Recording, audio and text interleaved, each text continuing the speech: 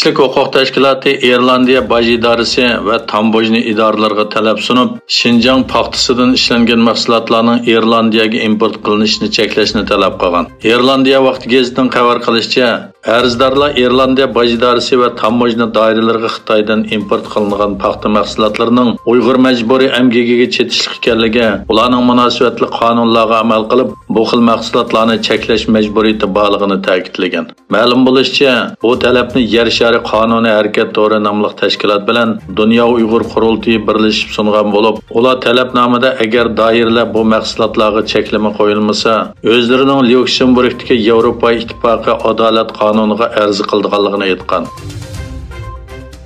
Kişilik hukukni kuzatish tashkiloti 10 oktyabr bayonot e'lon qilib, har qaysi hukumatlarning Xitoy Kompartiyasining 20-qurultayida qayta huquq tutishi aniq bo'lgan.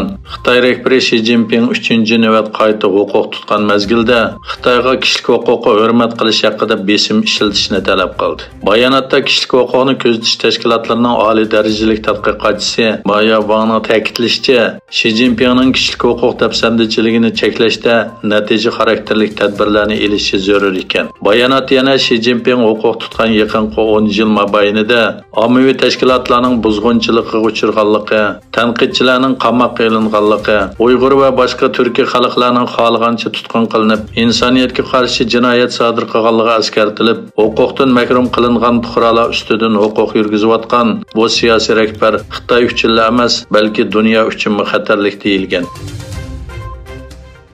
Tayvan prezidenti Tsai Ing-wen 1912-yili qurilgan va Tayvandagi hukumatning boshlanishi deb qaralgan Xitoy Jumhuriyatining xotir kunida qilingan so'zida Tayvan bo'g'ozining ikki tarafidagi tinchlik va muqimlikni ilgari surish kerakligini aytdi. U buni amalga oshirish uchun ikki taraf o'zaro moslasha oladigan o'rinlashtirishning lozimligini ko'rsatdi. Tayvan xalqining demokratiya va erkinlik va'dasiga daxl tarz qilmaydiganligini ta'kidlagan Tsai Ing-wen, "Men Beijing doiralariga qurolliq to'qinishning har ikki tarafning hal qilish chorasi emasligini aniq bildirmoqchi dedi. Yevropa Ittifoqi komitetining raisi von der Leyen Estoniyada o'tkazilgan Tallinn raqamli boshliqlar yig'inining ochilish marosimida so'z qilganda, tabiiy gaz va neftni Rossiyaga tayinib qolgan bir ahvolning oz uchraydigan tuproq elementlarida Xitoyda qayta takrorlanmasligi kerakligini aytdi. Von der Leyen bu sababdan o'zlarining Yevropa xalqli xom material qonunini tadqiq qilayotganligini bayon qilib, o'zlarining ishonchli sheriklar bilan bu sohadagi ta'minlash zanjirini ko'p xillashtirishni planlaganligini tilga oldi.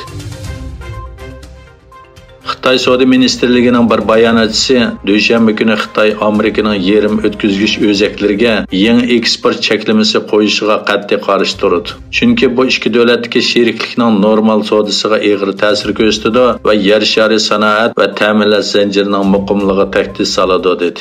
10-oyning 7-kuni Amerika hukumati yerim o'tkazgich texnikasi va uskunalarining Xitoyga sotilishini cheklash uchun keng ko'lamda yangi tadbirlarni e'lon qilgan edi.